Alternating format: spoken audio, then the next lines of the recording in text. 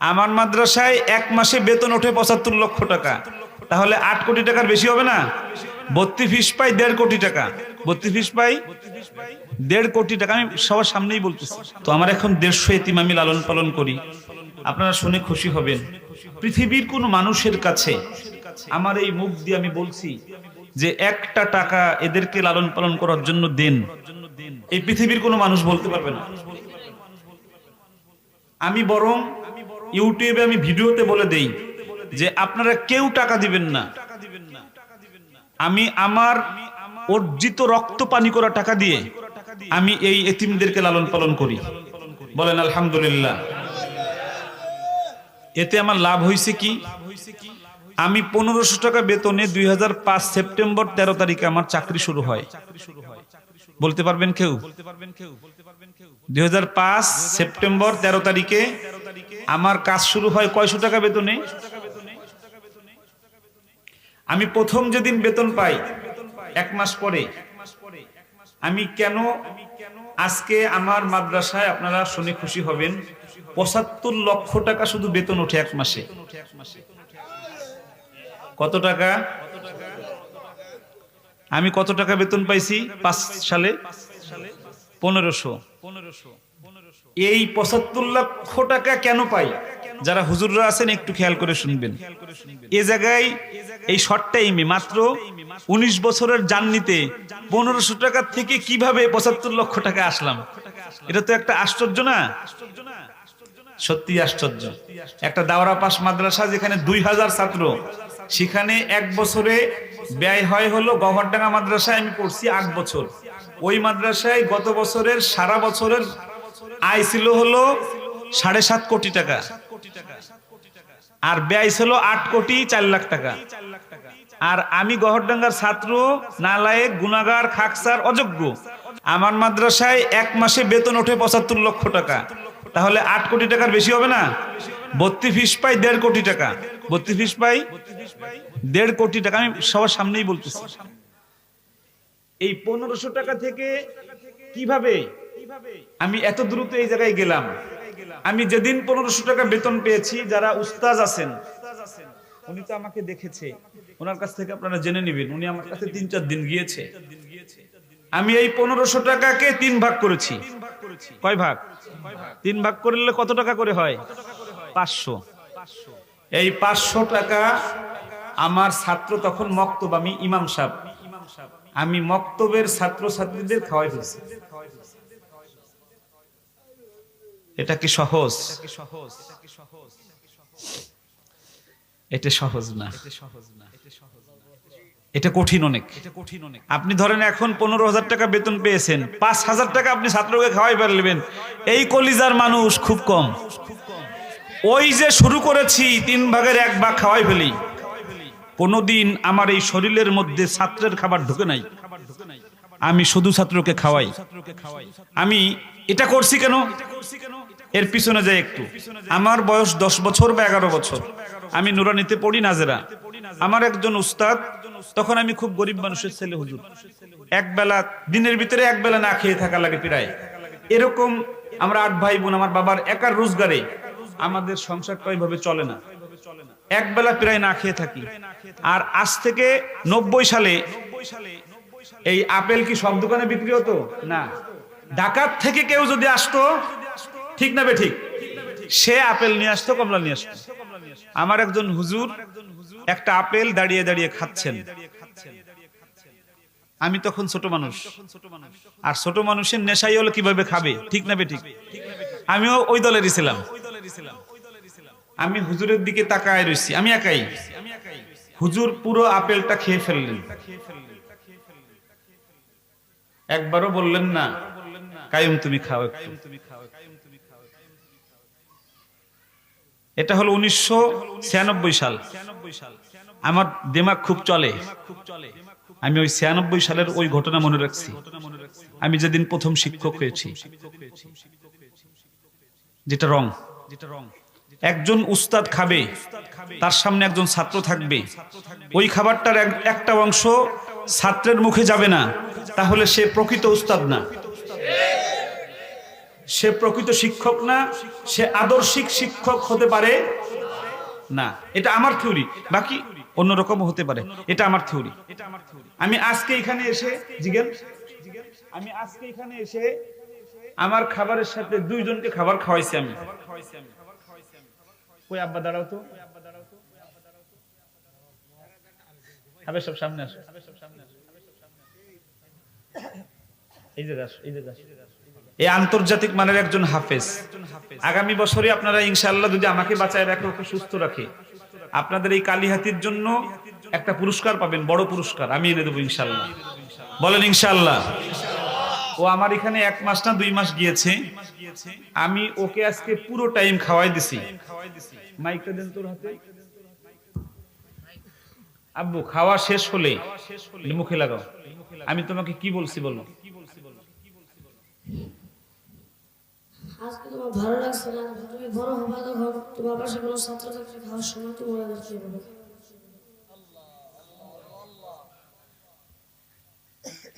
আমি যদি কিতাবে 1000 বার পড়াতাম তাকে, 1000 বার পড়াই তার ভিতরে যতটুকু ঢুকাতে পারতাম, আমি একবার তাকে সাথে সাথে খাওয়াই আমি তার কানে কানে বলছি, এই কথা মৃত্যু পর্যন্ত তার মনে থাকবে। ঠিক না বে ঠিক? আপনারা জেনে খুশি হবেন, উস্তাদ যারা আছেন তাদের পায়ে আমার হাত। আমি বিগত 2 বছর হয় আমি একা একা কখনো আমি খানা খাই না। আমার খানার টেবিলে কমপক্ষে 7 থেকে 8 প্রকারের খানা থাকে, কমপক্ষে 7 থেকে 8 প্রকারের খানা থাকে।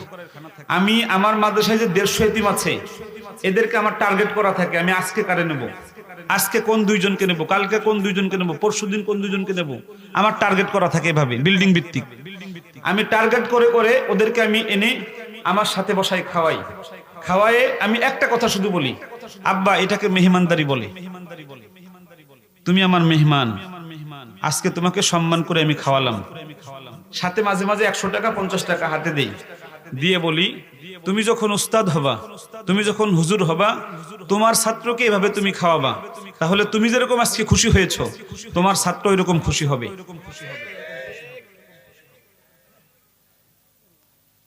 আমার বক্তব্য হলো এরকম যদি আমি, আপনারা কেউ আমার কথা কি আপনারা শুনবেন? আমি আর বেশি না 2-1টা কথা বলে আমি শেষ করে দেব।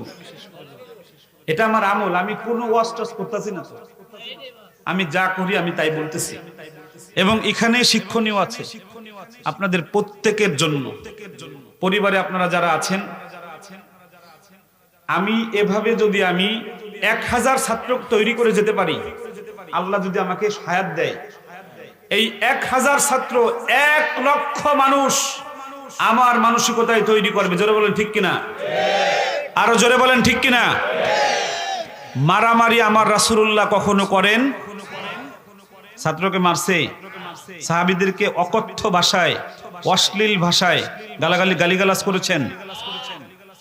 আমি আমার ছাত্রদের সাথে কোরআনের 2টা আয়াত অনুযায়ী কথা বলি, এর বাইরে আমি আমার ছাত্রদের সাথে আমি কথা বলি না। জানতে চান সেটা কি? 1 সূরা লুকমান 19 নম্বর আয়াত, আল্লাহ রাব্বুল আলামিন বলেন, তোমরা কণ্ঠস্বর নিচু করে কথা বলো। কণ্ঠস্বর, জোরে বলেন কণ্ঠস্বর। আমি আমার ছাত্রদের সাথে এখন কোনোভাবেই আমি উঁচু আওয়াজে কথা বলি না। এই যে শুনলেন না, আমি নাম ধরে আমার ছাত্র আমি ডাকি না, বাজান, বাবা, আব্বা, আব্বু, এর ভিতরে আমি থাকি। আলহামদুলিল্লাহ। আগে আমি পারতাম না, আগে পারতাম, শুরুতে আমি মারছি, শুরুতে আমিও মারছি। কেন মারছি আমি? আমার গাদির সামনে লাল করে ফেলছে আমার একদিন মারছে আমার উস্তাদ, 2টা বেয়াত একসাথে বাইন দিয়ে আমার 104 ডিগ্রি জ্বর উঠছিল সাথে সাথে। আমি মনে করছি এইরকমই মনে হয় ছাত্র তৈরি করতে হয়। মাইরিয়ে ভয় দেখালে, মারাত্মক ভয় দেখালে বাচ্চা মনে বেশি পড়ে। কয়েক বছর মাইরে দেখছি, আরে এটা তো ঠিক না, এটা তো বেঠিক। এখন আমি এটা করি, আমি যতদিন বেঁচে আছি এই আয়াতের বাইরে আমি কোন ছাত্রের সাথে কথা বলবো না। সেটা হলো কণ্ঠস্বর নিচু করে কথা বলি আমি উঁচু আওয়াজে আমার ছাত্রদের সঙ্গে আমি কথা বলি না। 2 সূরা বাকারা 83 নম্বর আয়াত, আল্লাহ রাব্বুল আলামিন বলেন, তোমরা সুন্দরভাবে উত্তম রূপে কথা বলো, সুন্দরভাবে, এর বাইরেও আমি কথা বলি না। বলেন সুবহানাল্লাহ। কে কে রাজি আছেন? হাত নামান। আজকে আমার কাছে একটা মহিলা আসছে জর্ডান থেকে, উনি 60,000 টাকা দিয়ে টিকিট কেটে শুধু আমার কাছে আসছে। আপনাদের অনেকের বিশ্বাস না হতে পারে, এটা সঠিক। জর্ডান থেকে 60,000 টাকা দিয়ে টিকিট কেটে কেন আসছে? ওনার ছেলেটা হেফজ পড়ে 11 পারা হয়েছে, এখন খুব উল্টো পাল্টা করতেছে। হেফজও 10 পারা হলে যাওয়ায় আর কি, ওটি করতেছে। ছেলেটাকে আমার কাছে দেবে, এজন্য সে নিয়ে আসছে। আমি ছেলেটার সঙ্গে মাত্র 3টা কথা বলেছি। কয়টা? ছেলের চোখ দিয়ে অযোধ্যায় পানি ঝরতেছে, ওর মা হাউমাউ করে কাঁদতেছে, ওর সাথে ওর চাচা আসছিল, সেও কাঁদতেছে। আমার চোখ দিয়ে পানি বেয়ে বেয়ে এই দাড়ি বেয়ে পড়ছে। 3টা কথায় ছেলে বলতেছে, হুজুর আর কোনোদিন আমার মা কষ্ট পাবে না। আমি এত দরদ দিয়ে কথা বলতে পারি বাচ্চাদের সাথে, আলহামদুলিল্লাহ। আমি এত দরদ দিয়ে আমার বাচ্চাদের সঙ্গে আমি কথা বলতে পারি। এখানে যারা উস্তাদরা আছেন, আমি খুব কষ্ট পাই, বুঝছেন। আমাদের যারা উস্তাদ ছিলেন তাদের আমি ভুল বলি না, কিন্তু এই মারামারির সিলসিলাটা কোথা থেকে যে আসছে, কারা যে আমাদেরকে দিয়ে গেছে আমি বুঝি না। রাসূলুল্লাহ সাল্লাল্লাহু আলাইহি ওয়াসাল্লামের 63 বছরের জীবনে লক্ষাধিক মানুষকে পড়িয়েছেন। একজন মানুষকে কোনোদিন রাসূলুল্লাহ পড়াতে যে শিখাতে যে জিহাদের ময়দান ছাড়া রাসূলুল্লাহ কারোর সাথে দুর্ব্যবহার করেছেন বা খারাপ কথা বলেছেন, কটু কথা বলেছেন বা মাইর দিয়েছেন, এই পৃথিবীর কোনো মানুষ দেখাতে পারবে? তাহলে কোরআনের মতো আজমতওয়ালা একটা কিতাব পড়াতে যে আমি কেন মারামারি করতেছি, সমানে আমি কেন গালিগালাজ করতেছি? এই মাদ্রাসা যেটা হয়েছে আত-তাহফিজ ইন্টারন্যাশনাল মাদ্রাসা, আপনারা যারা মিডিয়ায় পরে দেখবেন, আমি কোনো উদ্বোধনী মাদ্রাসায় আমি যেতে চাই না। হুজুরকে জিজ্ঞেস করেন আমাকে উনি কিভাবে এনেছে। যেতে চাই না কেন? আমি যেই মাদ্রাসার ব্যাপারে কথা বলি, ওই মাদ্রাসা মানুষ মনে করে আমার মাদ্রাসা, এটি মনে করে ওই জায়গায় ছাত্র চলে যায়। আজকেও আসার সময় সাভার আমি একটা মাদ্রাসা উদ্বোধন করেছি, আত-তাহফিজ ইন্টারন্যাশনাল, ওদের নামও আমার দাদু কয় আমারে, ও করছে। ওইখানে এখন 400 ছাত্র, 500, বুঝতে পারছেন? কইছে আপনার সাভারের মাদ্রাসাটা কেমন আছে? আমি কইছি আমার সাভার তো কোনো মাদ্রাসা নেই, আমার একটা মাত্র শাখা। কয় আপনি না বলছেন আমার মাদ্রাসার মতোই। যারা মিডিয়ায় দেখবেন, এই কালিহাতি টাঙ্গাইল এলাকায় যারা আছেন, এই কি জানো কয় গোপালপুর এলাকায় যারা আছেন, পরে যারা দেখবেন 1 মাস পরে, 2 মাস পরে, 5 মাস পরে যারা দেখবেন, তাদেরকে বলছি আমার কাছে ওনার চেহারা সুরত, কি নাম জানো ভাই? হারুন ভাই। ওনার চেহারা সুরত দেখে আর ওনার আচরণ দেখে আমার কাছে মনে হয়েছে আমার মতো উনি হবে। ছাত্রদের সাথে আচরণের ক্ষেত্রে আর কি, ছাত্রদের সাথে ভালো ব্যবহারের ক্ষেত্রে উনি আমার মতো হবে। এজন্য আমি ওনার দাওয়াত নিয়েছি এবং ওনার কাছে আমি এসেছি। আপনাদেরকে আমি বলে যাই, প্রিয় বাবাজিরা, প্রিয় ভাইরা, যুবক ভাইরা, জান্নাতের পথ একটাই, কোরআন। জোরে বলেন ঠিক না বেঠিক? আর ওনার কাছে যদি এই এলাকায় পড়ান, এই ছাত্রটা কিন্তু ওনার হাতে তৈরি করা। দাঁড়াও, আমি তাকে বলছি না যে আগামী বছর পুরস্কার দেবো, ঠিকই পুরস্কার পাবেন।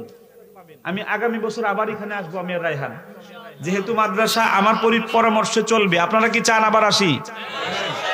রায়হানের তিলাওয়াত কি জীবনে একবার শুনবেন নাকি বারবার শুনবেন? ইচ্ছা লাগে নাকি লাগে না? তাহলে ও এরকম হোক, আপনারা চান? একটু নামাজ পড়ে দোয়া করবেন, আল্লাহ আমাদের মুয়াজকে তুমি বিশ্বসেরা বানায় দাও। বলেন আমিন। আরো জোরে বলেন আমিন। আমরা খুব চেষ্টা করব। ও খুব অসুস্থ, ওর প্রস্রাবের রাস্তা দিয়ে রক্ত পড়ে প্রায়, এ কারণে 5 দিন আগে যে নিয়ে আসছে ওকে, বুঝতে পেরেছেন? আপনি ওকে জিজ্ঞেস করবেন ও আমার ওখানে কয়দিন ছিল। আমার রুমে দৈনিক মিনিমাম 3 থেকে 400 ছাত্র আমাকে দেখতে আসে, আমার বিভিন্ন বিল্ডিং থেকে।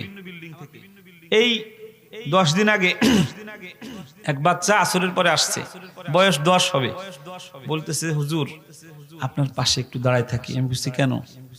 বলতেছে আমার খুব ভালো লাগে আপনার কাছে থাকি। বলেন না আলহামদুলিল্লাহ, আরো জোরে বলেন না আলহামদুলিল্লাহ। হাবেজ সাহেব হুজুররা, কারি সাহেব হুজুররা, কখন আপনি প্রকৃত উস্তাদ হবেন? যেদিন আপনার একজন ছাত্র আপনাকে এরকম বলবে, সেদিন বুঝবেন যে আপনি প্রকৃত উস্তাদ হয়েছেন। আর এই রকম বলার পরে আমাকে আমার ছাত্ররা দৈনিক আমার এই গালে মিনিমাম 2-4-500 চুমু খায়, যেটাকে মাদ্রাসার পরিভাষায় অনেকে লাওয়াতাতি বলে। আমার এই 20 বছরের শিক্ষকতার জীবনে আমি কোনো ছাত্রের শরীরে আমি শাহওয়াতের সাথে হাত দিয়েছি, আল্লাহ সাক্ষী আমি কোনোদিন দেই নাই, আমার জীবনে কোনোদিন দেব না। আমি ছাত্রের দিকে তাকাইলে আমি শুধু মনে হয় যে ও আমার ছেলে, ও আমার সন্তান, ও আমার বাবা, এছাড়া আমার ভিতরে কোনো ইন্টেনশন সৃষ্টি হয় না। এ কারণেই হয়তো আল্লাহ আমাকে এত ভালোবাসেন। আমি গত পরশুদিনের একটা ঘটনা বলি আপনাদের। এই সিরাজগঞ্জের এক মা, উনি 2 বছর ধরে একটা মোরগ পালছে, 5.5 কেজি ওজন হয়েছে। কয় কেজি? এই মোরগ পাক করিয়া, এই পায়েস পাক করিয়া, 10 কেজি দুধ, আরো অনেক খাবার একটা কামলা ভাড়া করে নিয়ে আমার জন্য লয়ে গেছে, আমার জন্য রায়ের জন্য লয়ে গেছে। পরে ওনাকে আমি রেখে দিয়েছি। সকালবেলা কি করছে, যখন আপনি ছাত্রদের জন্য করবেন নিঃস্বার্থভাবে, হুজুর শুনেন, তখন কি হবে? ওই মহিলা আমাকে 7 ভরি স্বর্ণ, কয় ভরি? হাদিয়া। আমি তারপরে জানছি যে আপনার বাড়ি কে কে আছে। 2 ছেলে মেয়ে। ছেলেটা ঢাকা ইউনিভার্সিটিতে পড়ে, মেয়েটা আমার কাছে হাফেজ হতে চাই, 6 পড়ে, অনেক ভালো কণ্ঠ।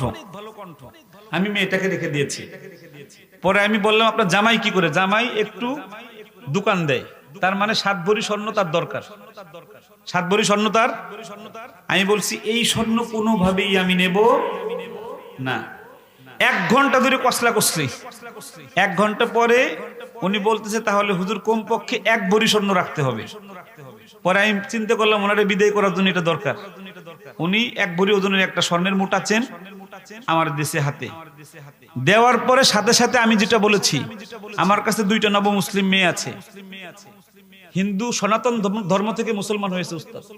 1 বছর আগে আমার কাছে গিয়েছে এরা। এর একজন এখন 4 পারা নাজেরা শেষ। যেই মুখে হরিফ বলে বলতো, যেই মুখে ভগবান বলে ডাক দিত, সেই মুখে আমি এমন কোরআন তিলাওয়াত তুলছি আপনারা শুনলে পাগল হয়ে যাবেন। আলহামদুলিল্লাহ, আমার রায়হানের মতো তিলাওয়াত করে। আমি সাথে সাথে বলছি, উনি বের হয়ে যাওয়ার পরে আমার বউকে ফোন দিয়ে যে আসিয়ার জন্য, একটা মেয়ের নাম আসিয়া রাখছি, যে আসিয়ার জন্য 1 ভরি স্বর্ণ রাখছি, ওর বিয়ের সময় স্বর্ণটা দিয়ে দেবা। যত লোভ কম করবেন আপনার পায়ের নিচে দুনিয়া তত আসবে। তো আপনারা এই যে এতিমদেরকে আমি সাহায্য করে আমার লাভ হয়েছে না লস হয়েছে? 500 টাকা থেকে কোন জায়গা আসছি? 1500 টাকা থেকে 75 লাখে আসছি। এলাকার ভাই যারা আছেন, আমার প্রিয় ভাই, উনি নিয়ত করেছে শতকরা 5 জন এতিম সম্পূর্ণ ফ্রি লালন পালন করবে। আপনাদের কাছে আমার দাবি, আপনারা যদি বড়লোক হতে চান, আপনারা যদি দুনিয়ায় সুস্থ থাকতে চান, আপনারা যদি চান যে আপনার ফসল বেশি হোক, আপনি যদি চান যে আপনার সন্তান বিদেশের বাড়িতে ভালো থাকুক, আপনি যদি চান যে মৃত্যুর পরে, রাসূল করিম সাল্লাল্লাহু আলাইহি ওয়াসাল্লাম বলেছেন, আমার উম্মতের মধ্যে যারা এতিমের মাথায় হাত দেবে, এভাবে এতিমের মাথায় হাত দিয়ে তাকে যত্ন করবে, রাসূলুল্লাহ বলেন আল্লাহ রাব্বুল আলামিন স্বয়ং নিজে ওই বান্দার পাশে এসে দাঁড়িয়ে যায়। আরো জোরে বলেন সুবহানাল্লাহ। আপনি কি চান আপনার পাশে আল্লাহ দাঁড়াক? তাহলে এতিমদের মাথায় হাত দিয়ে যত্ন করবেন আজকের থেকে। আল্লাহ রাব্বুল আলামিন আমাদের সবাইকে, আমি একটা বিষয়ের উপরে কথা বলেছি, সেটা হলো এতিমদেরকে যত্ন করব, এতিমদেরকে যত্ন করব, এতিমদেরকে যত্ন করব। বলেন সবাই 3 বার বলেন।